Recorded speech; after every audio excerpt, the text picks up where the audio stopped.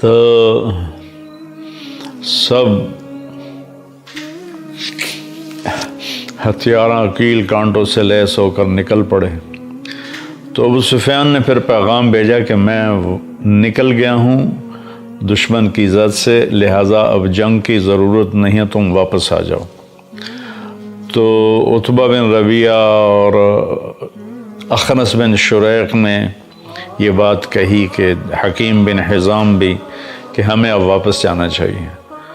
تو ابو جہل نے کہا کہ نہیں، ہم بدر جائیں گے، وہاں شراب پئیں گے، ہماری باندیاں گانے گائیں گی، اور ہم وہاں اونٹ ذبح کر کے کھائیں گے اور پورے عرب کو بتائیں گے کہ ہم بڑے طاقتور ہیں، ہماری دھاک ہے سب پر، ہم واپس نہیں جائیں گے۔ ادھر اللہ کے نبی کو پتہ چلا کہ ابو سفیان کا قافلہ تو نکل گیا، اب تو ابو جہل کا لشکر آ رہا ہے۔ تو آپ نے اپنے ساتھیوں کو اکٹھا کیا کہ بولو بھائی اب کیا کرنا ہے، واپس جاتے ہیں تو اسلام پر کاری ضرب پڑتی ہے۔ ایک طبقہ صحابہ کا پریشان ہو رہا تھا کہ اب کیا بنے گا، یہ فطری خوف ہے، نہ کہ بزدلی کا خوف، فطری خوف ہے جس پر ہی تو اجر ہے۔ تو آپ نے سب کو اکٹھا کیا کہ بولو بھائی اب کیا کرنا ہے۔ تو ابوبکر صدیق نے کہا یا رسول اللہ جو آپ کہیں گے ہم نے وہ کرنا ہے۔ تو مقداد بن اسود کھڑے ہوئے کہ جب موسیٰ علیہ السلام نے کہا نا اپنی قوم سے کہ چلو چل کے شامیوں سے جہاد کرو اور اپنا ملک آزاد کراؤ، تو کہنے لگے تو جا اور تیرا رب، جب فتح ہو جائے تو پھر ہمیں بلا لینا، ہم تو یہ بیٹھے ہیں۔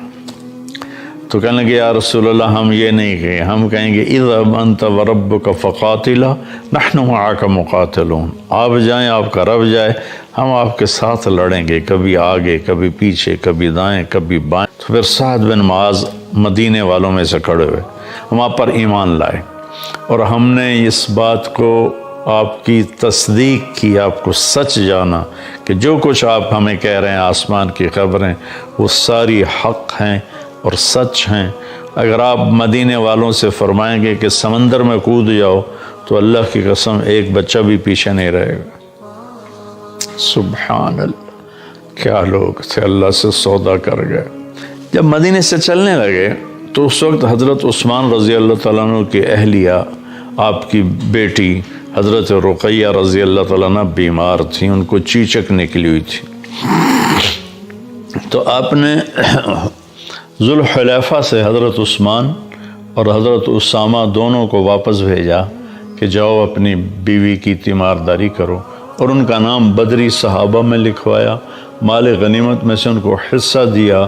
اپنے اہل و عیال کی رعایت کرنا، خیال کرنا دین کا اتنا بڑا حصہ ہے کہ بدر جیسے مارکے میں سے ان کو واپس بھیج دیا۔ جب آپ نے سفر شروع کیا تو ایک بات اور یاد آئی، آپ نے اس قدر انصاف سے کام لیا کہ اونٹ تھوڑے تھے، صحابہ زیادہ تھے، تو تین تین چار چار وہ ایک اونٹ پہ ان کا آتا تھا حصہ، تو وہ باری باری سوار ہوتے تھے، باقی پیدل چلتے تھے۔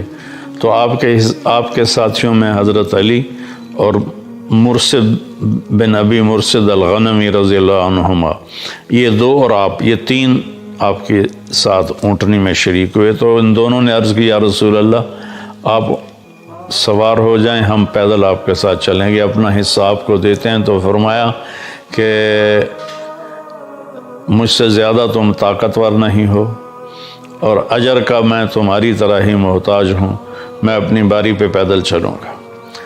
اور رات کو پھر آپ نے یہ دعا مانگی۔ یہ صحابہ، بدری صحابہ کے بارے میں مہر ہے کہ اگر یہ نہ ہوتے تو اللہ کا نام دنیا سے مٹ جاتا۔ ان تہلک هذه العصابۃ فلن تعبد، یہ مٹ گئے تو تیرا نام لینے والا کوئی نہ بچے گا۔ تو جمعہ کا دن تھا، 17 رمضان تھی۔